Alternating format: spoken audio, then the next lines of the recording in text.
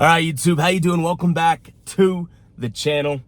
We were on a 9-0 run, and I said, I don't know how long this is going to last for.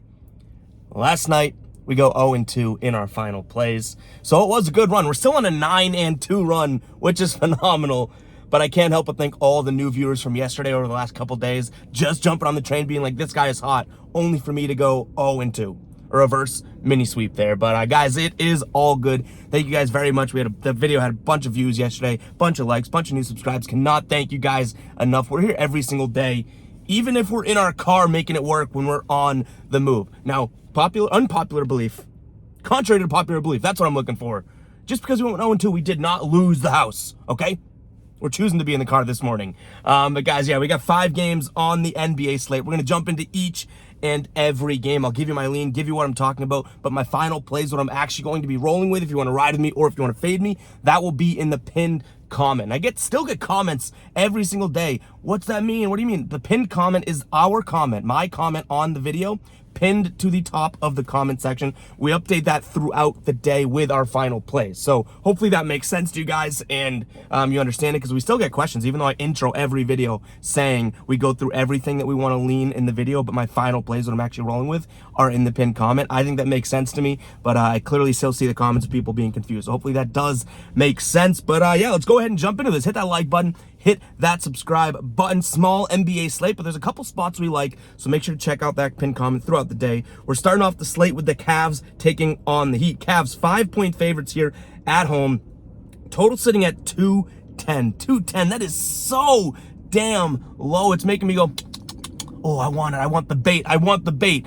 But we'll see. I do lean the over here, but I don't know if it becomes a final play. It's almost so low that it's telling me that this game is going to go way under. But I do lean the over just based on analytics and stats here. Last time they played 113-87. That was back in mid-November, I believe. In their last 10 games here, the Cavs 6-4 against spread. At home in their last 4, 3-1 against the spread. And on the road in their last 4, Miami 1-3 against the spread here. So you're going to want to check out the injury report. Jimmy Butler is questionable here. No major injuries for Cleveland. We know Donovan Mitchell has been listed on the injury report a couple times. He's not in the injury report right now. It is super early. The sun's not even out yet, and I bet it'll come out during this video and I'll start glowing like a Greek god or something. But Jimmy Butler is really the injury to note here in the injury report. And even with that being said, even if he is even if he is a go, I'm going to lean the Cavs here -5 and the over. I think this Cavs team just is a better team, especially with a healthy Donovan Mitchell. I think that they can take it down just about anybody, especially if that team has a questionable player in their best player in Jimmy Butler. So I'm going to lean the Cavs here minus the points and the over. And I go the over because this Cavs defense has been inconsistent. So I was talking about analytics and stuff like that. I do think that this Cavs team, though they are very good, they've still let up 120, 115, 113 to some teams that are a little bit questionable here. And Miami letting up plenty of points too, 115, 121 in some recent games as well. So I do think that this over-under is set because these two defenses have the ability to be so great. But there has been some slips here, and this is a very low total. So I lean the over. Moving on, which I think is going to be one of the better games of the night. We have the Knicks taking on the Lakers. Knicks 27-24 on the season. Lakers 23-28. The Knicks are 2-point favorites at home. Total 233.5 here. Last time they played was last season, so we have no this season games. For what it's worth, February 5th last year, the Lakers won 122-115. I wouldn't put too much weight into that. Obviously, both these teams have plenty of different additions and whatnot, but in their last 10 games here, the Knicks 5-5 against the spread. Lakers 6-4 against spread. On the road, 2-1 in their last 3. The Lakers are 11-4-1 against spread in their last 16. They're playing very good basketball. No LeBron James, no Anthony Davis last night. They're questionable right now. I assume they're playing tonight. I think they sat them last night due to their just like I guess normal injuries. AD came back from the injury. LeBron's running the injury report. Both these guys are on the injury report every damn day. But I assume they play tonight. They lost to Brooklyn 124-104 last night. Knicks coming off of a loss to Brooklyn as well, funny enough. No major injuries on the New York side of things. Mitch Robinson is still out. I think that we take the Lakers in this situation. Is it smart? I wouldn't say smart. I wouldn't consider myself a smart individual. But this Lakers team has been playing well against the spread, and they're getting points tonight, and they have LeBron and Anthony Davis coming off well rested. I think everyone and their grandma seems to think the Knicks win this game, and maybe it's just the contrarian me thinking, this Lakers team, some guys got some run last night, but but not their two main players. Like, this isn't a back-to-back in my brain for the Lakers. So I'm going to lean the Lakers here, getting a couple points. I'm going to watch that line. It did open at 1 or 1.5, I believe. So it is moving in that direction. Maybe we get another half point, extra point during the day. We'll see. But I'm going to lean the Lakers here. And in terms of a total 233.5, I am going to lean the under. I think that this game could turn into like a, 105 to 108 type game, staying under. Guys, again, keep an eye on the pinned comment for the final plays. I'll say it again. I'm sorry if it's repetitive for people that get it, but you guys should see the comment section. People are like, I don't get how the final plays work. Totally fine. I'm dumb. I don't explain it well.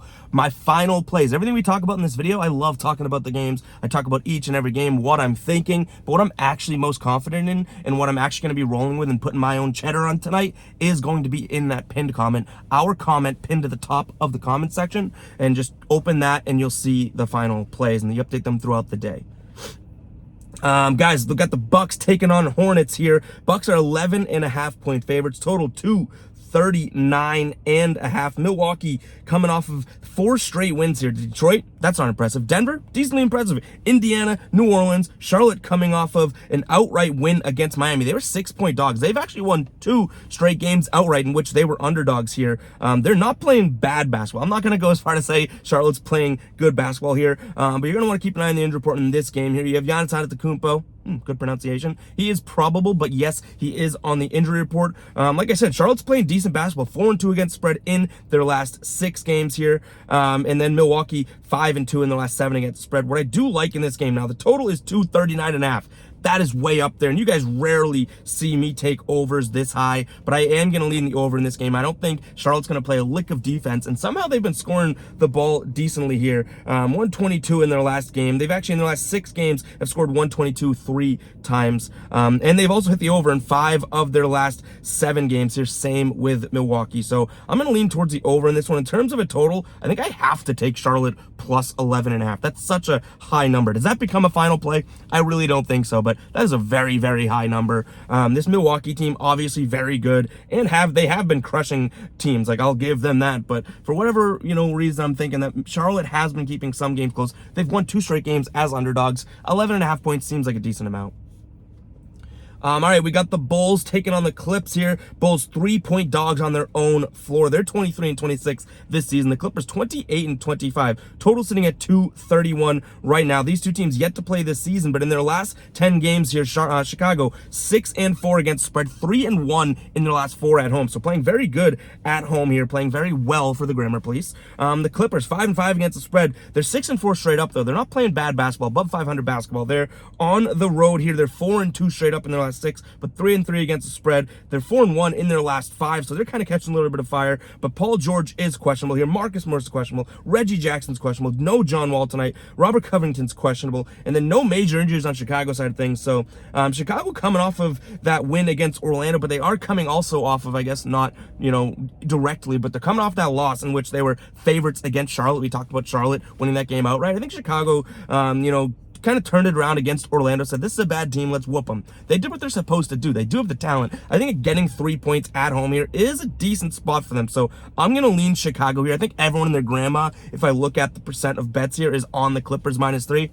Not me. Maybe I'm getting cold. I was 9-0. We went 0-2 last night. Maybe I'm getting cold, but I do lean Chicago +3. In terms of a total, I do like the under as well, 231. All right, guys, last game on the slate. We got the Denver Nuggets taking on the New Orleans Pelicans. Nuggets 7.5 point favorites here, 234 total. I do like the under in this game. The under has hit in 8 of Denver's last 11 games. I think they're going to control the pace here. And for what it's worth, the Pelicans under's also hitting 5 of their last 4. They're 2-6 against spread in their last 8 games. In terms of injuries, Jamal Murray is questionable for Denver. For the New Orleans side of things, CJ McCollum's questionable. Brandon Ingram's questionable. And as we know, Zion still out here. New Orleans is 1-9 straight up in their last 10 games. Denver coming off of 2 straight losses to Milwaukee and Philly. They've had a tough run there in those 2 games. So I expect them to say, okay, this is a calm it down, get right spot for them. I like Denver minus the points, and like I said, the under as well. that's going to wrap it up for today's video, guys. We're not always in the car. Hopefully you guys realize that. But when we are on the move or up early and having to travel, we do the videos in the car because I do want to get the videos out regardless of where we are. I love talking NBA basketball, reading your comments, and interacting with you guys. So hopefully you guys do appreciate that. We'll catch you guys in the next video. Peace out.